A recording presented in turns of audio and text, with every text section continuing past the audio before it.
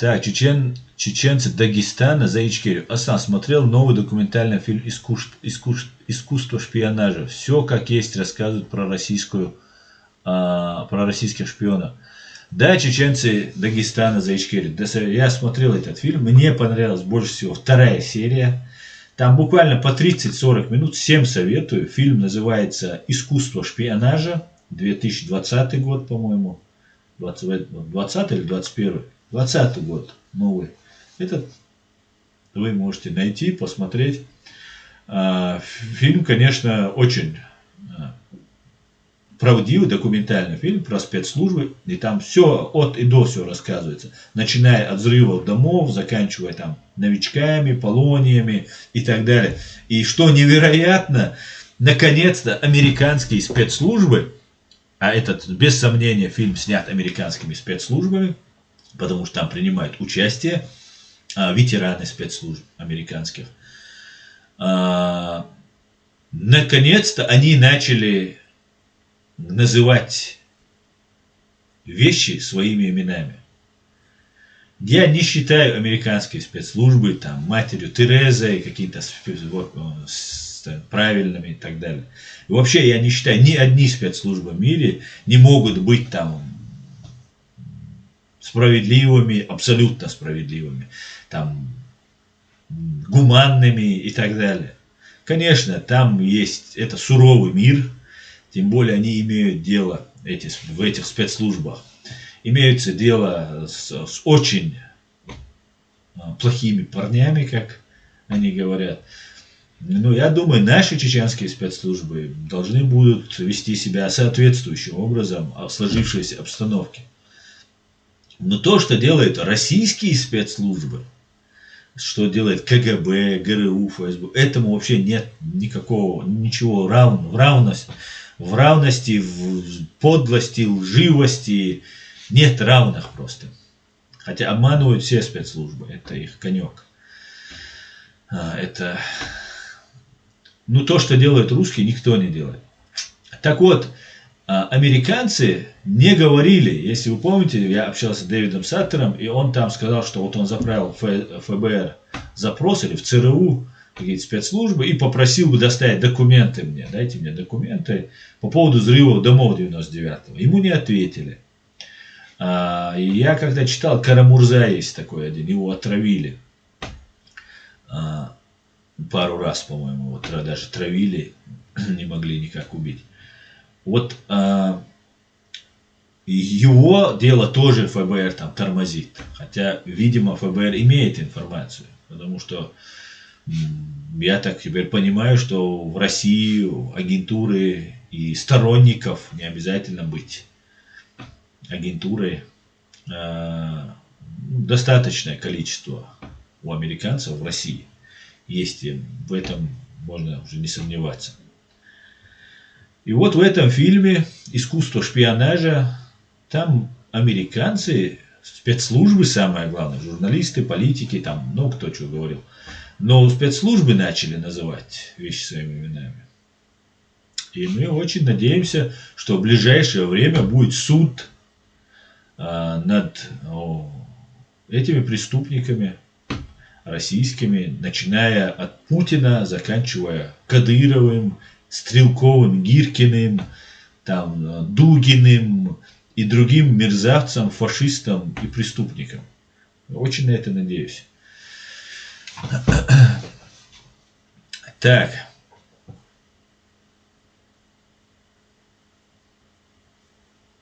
Давайте перейдем к следующей теме.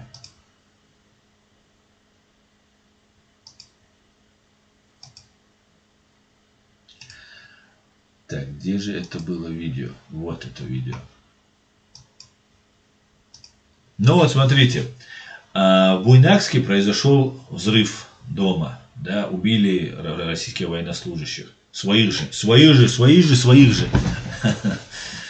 Взорвали. Женщин, детей, вообще, не моргнув глазом. Вообще спокойно, как и положено, палачам и палачинам. И вот на НТВ 18 сентября 1999 года, это видео есть на канале «Чеченский след. Рязанский сахар», выходит вот такой видеосюжет. Ответственность за теракты в Москве и Буйнакске берет на себя освободительная армия Дагестана. События в Буйнакске и в Москве – это акции возмездия за террористические акции русской авиации против мирных жителей Дагестана и Чечни. Ответные действия, которые и предприняли в Москве и Буйнакске, носят предупредительный характер. Несмотря на это, русские продолжают бомбить мирных жителей. В Карамахе убито много детей и женщин. Мы заявляем, что ни одна бомба русских летчиков не останется без ответа. Ни одна жизнь наших детей и женщин не останется неотомщенной. Смерть будет за смерть. Освободительная армия Дагестана. Вот вам здрасте. Освободительная армия Дагестана. Куда она делась, эта освободительная армия Дагестана, после того, как были события в Карамахи и Чобанмахи? И давайте еще одно видео с канала «Рязанский след. Чеченский сахар» вам продемонстрирую. Уровень правовой культуры на постсоветском Послушаем Путина.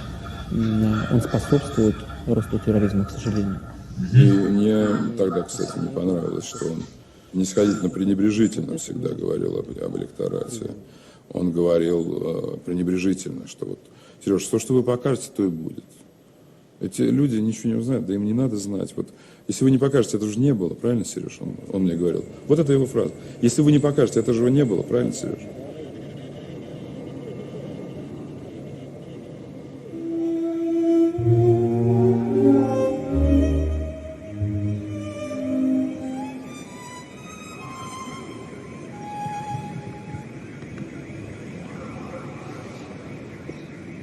С момента, как я узнал об этом взрыве, я смотрел до тех пор, пока, в общем, не наступило утро, потому что, мне кажется, вот телевидение давало для нас такую чудовищную сопричастность к чужому горю, ты просто, вот, мне кажется, заболеваешь, и потом после этого надо лечиться. 300 people were killed in the explosions. Russia had never known attacks on this scale. Even today, no one knows who was responsible. At the time, the authorities immediately accused Chechen terrorists of the attack, provoking a wave of xenophobia. But there's another popular theory implicating the FSB, Putin's former ministry. Мы до сих пор не знаем всей правды об этой ситуации. Но то, что некоторые, допустим, их представители могли быть в курсе планируемых чеченцами этих, и использовать это обстоятельство. Но то, что оно было использовано в политических целях, это понятно. It was a turning point. 3 days after the first explosion, Putin met President Clinton and presented him with a detailed battle plan. He sat down with President Clinton and drew a map of Chechnya and told him, what Russian operations were going to be like. And we couldn't make much sense of it, but it was clear from what he communicated there that he was seeing this issue as his most important one in his portfolio. When he spoke to the press, Putin reverted to old-style Soviet-era KGB language. Трудно назвать этих людей людьми. Их даже зверями назвать нельзя. Если это звери, то бешеные. И что могут сделать простые люди? Хотя бы проявить бдительность повышенную. Это сделать нужно всем обязательно. After he returned to Russia, Putin no longer spoke of terrorist groups, but began to blame the Chechen nation. Сегодня Чечня, оставаясь частью российской территории, является собой своего рода международную аномалию, якобы законно существующий огромный террористический лагерь. Putin justified his order to the army to bomb Chechnya in an unorthodox manner. Мы будем преследовать террористов везде. В аэропорту. Значит, вы уж меня извините, в туалете поймаем, мы и в сортире их замочим, в конце концов. Все, вопрос. Вот эти слова Путин говорит именно в тот день, когда в Волгодонске 22 сентября заложили бомбы ФСБшники, одна женщина и двое мужчин. И на второй день, 23 сентября, именно 23 сентября 1999 года, говорит он эту речь, эти сотрудники ФСБ задержаны Рязанской полицией и ФСБ. И тогда выяснилось, что люди, которые задержаны, звонили в Москву по телефону, принадлежащему ФСБ. И по всей видимости, понимая, что теракт раскрыт, мешки обнаружены со взрывчаткой, те ФСБшники специально позвонили в Москву, чтобы их не ликвидировали, чтобы уже было какое-то доказательство, что они связаны с ФСБ. Их могли моментально ликвидировать. И мне кажется, они просто себя таким образом подстраховали. И в этот день, 23-го, когда задержаны, уже сутки вся Россия, все спецслужбы России, все военные, особенно в Рязани их огромное количество, все прекрасно знают, что ищут террористов, скорее всего, чеченцев. Уже сутки все знают, что подготовка теракта была, и эта взрывчатка обнаружена, и так далее. На второй день, когда задерживают ФСБшников, выходит Патрушев. Сперва министр МВД Рушайло заявляет, что предотвращен террористический акт. Через несколько минут уходит Патрушев с этого заседания, где они все там сидят. Директор ФСБ Николай Патрушев, русский Фредди Крюгер, выходит и говорит, что это были учения. И в этот же день Владимир Путин заявляет, что мы террористов будем везде мочить. И в этот же день начинается массированная бомбардировка Чеченской республики Ичкерия, окрестностей города Джохара и других мест Чеченской республики. То есть 23 сентября русские в лице русского царя, террориста Путина, объявляют войну суверенному, независимому чеченскому государству. Хотя война, невидная, скрытая война, не прекращается ни на один день с момента подписания с русскими договора о прекращении огня в Хасавюрте. Вот вроде бы с того момента прекращение должно быть, и потом договор о мире в 1997 году, подписанный Масхадовым и Ельциным. Вот все это время ведется против нас война, не останавливаясь ни на один день. Но открытая акт агрессии, нарушая все договора, уже открыто, где нельзя уже крутить и вертеть хвостом, как любит вот эта собака женского рода в лице Путина говорить, делать, нападает открыто 23 сентября 1999 года. Сказал, придумал, молодец. Потом очень проверял на мне. Вот такое, может быть, отчасти даже такое кокетство. А вот я думал, может, не надо, может, не стоит, может, я слишком резко. Я говорю, да нет, это как раз очень удачно, потому что это качественно и понятно. Это всем понятно. А главное, это эмоция. А нельзя все время вести себя, как размороженная треска. On the 1st of October 1999, the Russian army invaded Chechnya. Public opinion supported the new war. Vladimir Putin rose to 15% in the opinion polls. But it wasn't enough. So, away from the cameras, the Kremlin created a committee of support for the Prime Minister. It was basically a campaign staff for Putin. He was given the full support of the state machine, money, and the best spin doctors, like Ksenia Ponomaryova, the ex-chief of Channel One. Сейчас непонятно, что будет с Грозным. Ну что, мы берем их измором, стоим там всю зиму, пока не высохнут все и не опадут? Или в чем тактика, что делать с Грозным? Знаете, что касается тактики, то это дело военных. И я бы не хотел вдаваться в детали.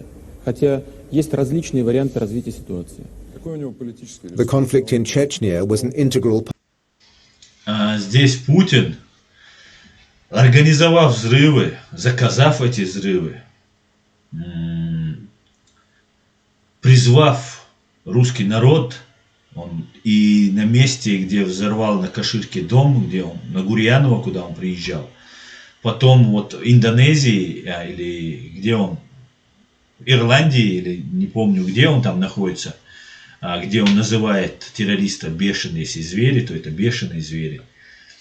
И что что это должно не государство, а народ это делать, да, не органы власти, то есть, а весь народ, русский народ должен топить в крови чеченцев. Призвав, объединив всех, он, как матерый КГБшник, самоотстраняется и передает это военным. Как вы видите, он тут говорит, ну, это должна заниматься армия. Хотя и армия, и спецслужбы этим занимаются. И это его как бы не касается. И главнокомандующего это не волнует. Но в принципе военные этим и занимались. Больше всего людей убило там ГРУ, чем ФСБ. Хотя все организовало, стравило, запустило. Это, конечно же, было ФСБ. А дальше вот этот садистский свой механизм продолжила именно ГРУ.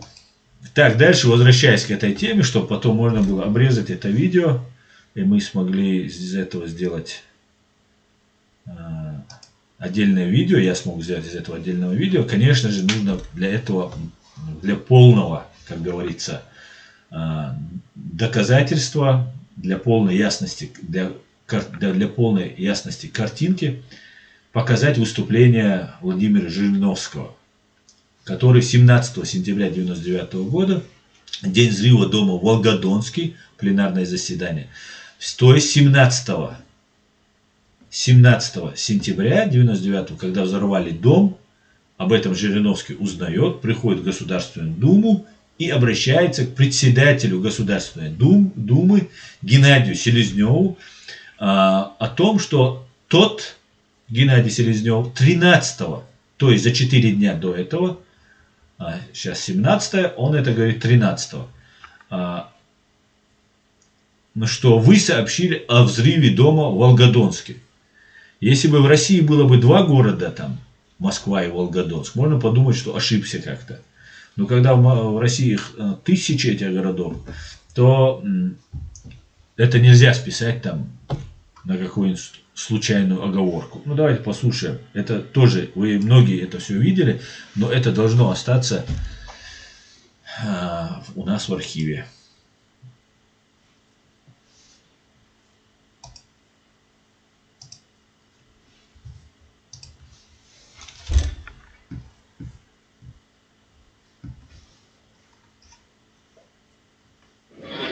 Давайте от фракции обменяемся мнениями, как нам сегодняшним этим вопросом поступить. Владимир Вольфович.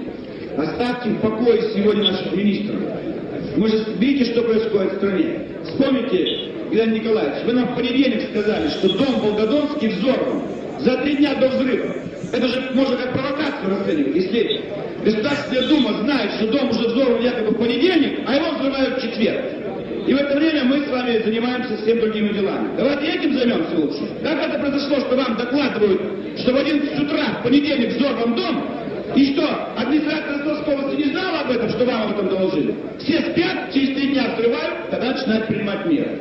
Вчера вы очень хорошо говорили о смене руководства Транснефти. А в это время сейчас рабочие в Красноярске отбиваются от такого же ОМОНа, когда Лебедь пытается захватить предприятие, уже давно приватизированное. Давайте быть без двойных стандартов. Если вас интересует Транснефть,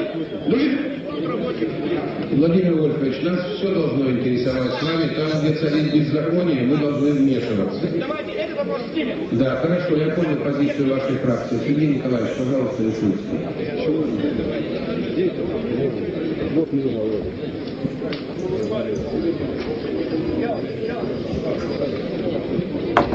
Реагировать на ситуацию. Вот в Волгодонске произошло, где 6 депутатов фракции КПРФ. Они должны выехать туда и помогать, раз там спят местные органы и ждут, когда мы в Москве уже знали за 3 дня о взрыве. Они только проснулись, когда прогремело.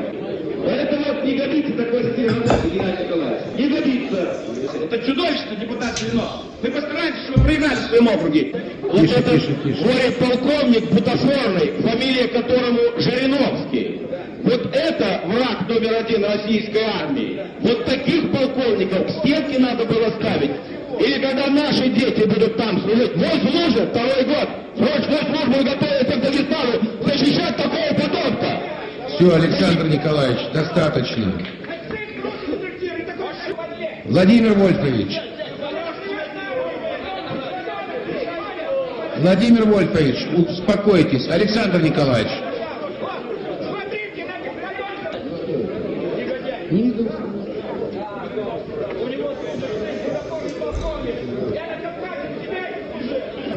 Светлана Петровна, пожалуйста, горячего.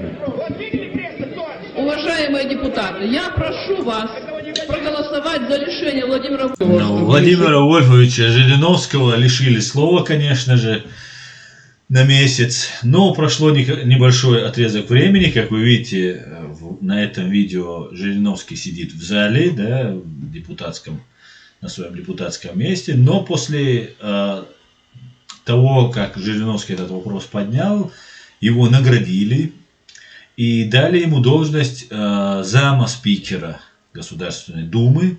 И на этом посту Владимир Жириновский, который за 307 жизней русских граждан получил этот пост, просидел до 11 или 12 года на этом посту. Ну вот, удачно выторговал, как говорится, себе место в Государственной Думе. Владимира Вольфовича Жириновского слово на месяц. Прошу проголосовать.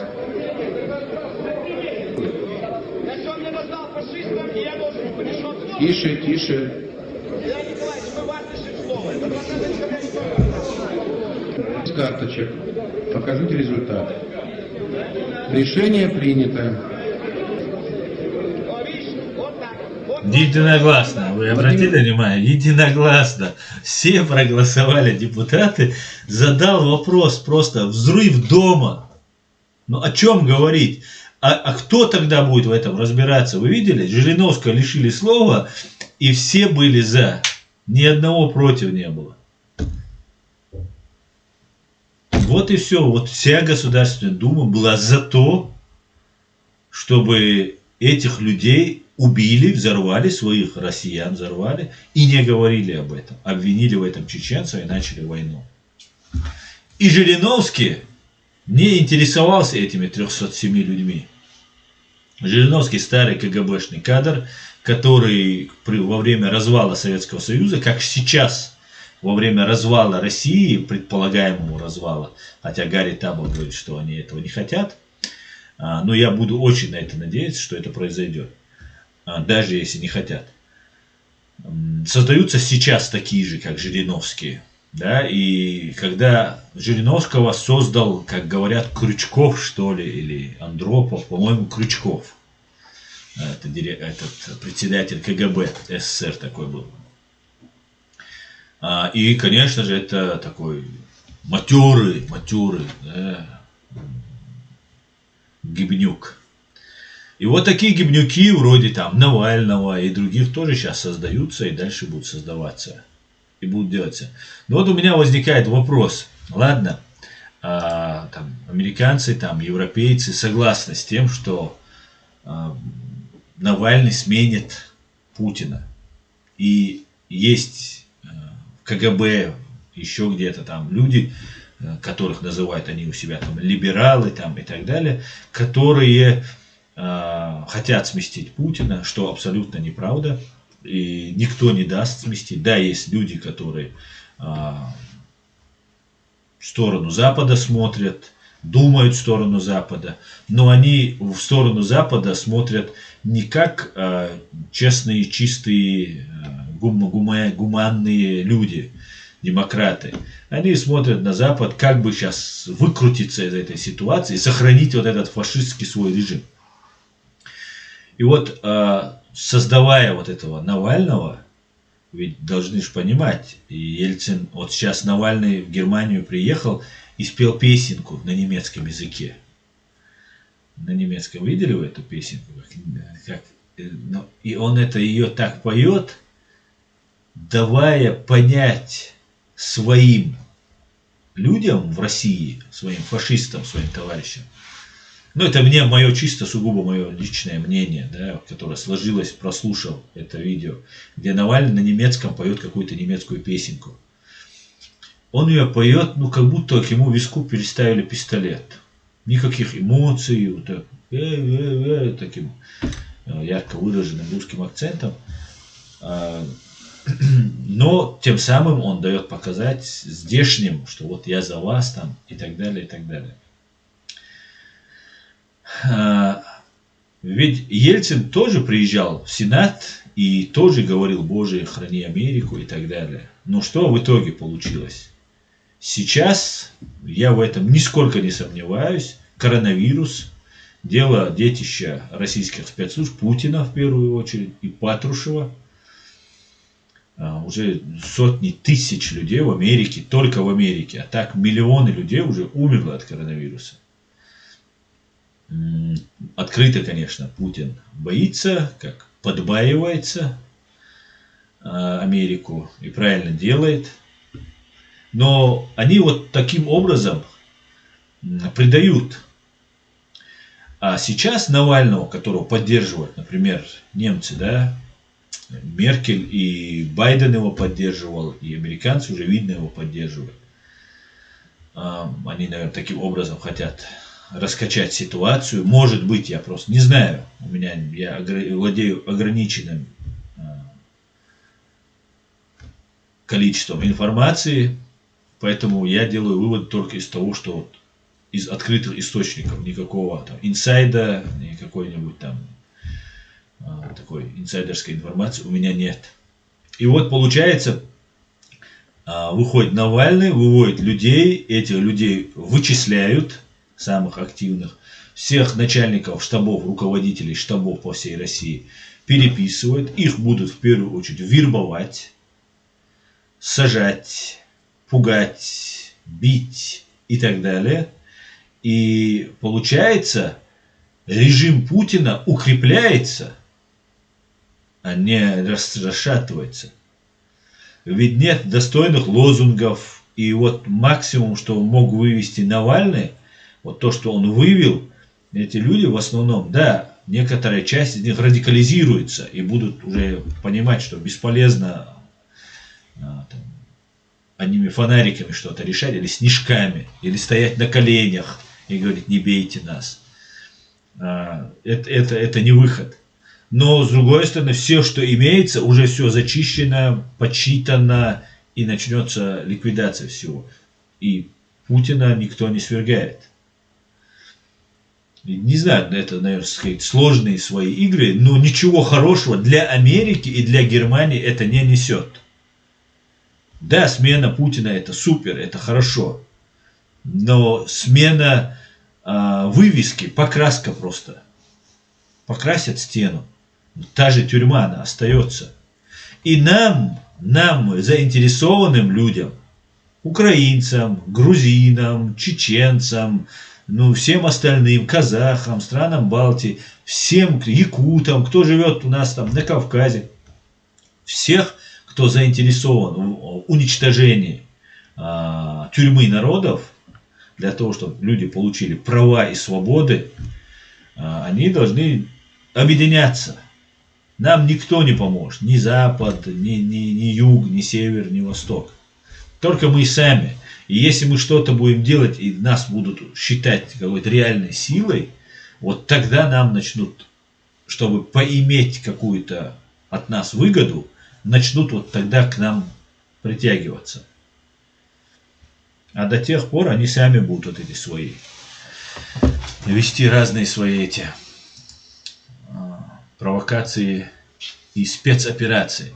Давайте я вам покажу Валерию Ильиничну Новодворскую, которую тоже нужно обязательно увидеть и послушать.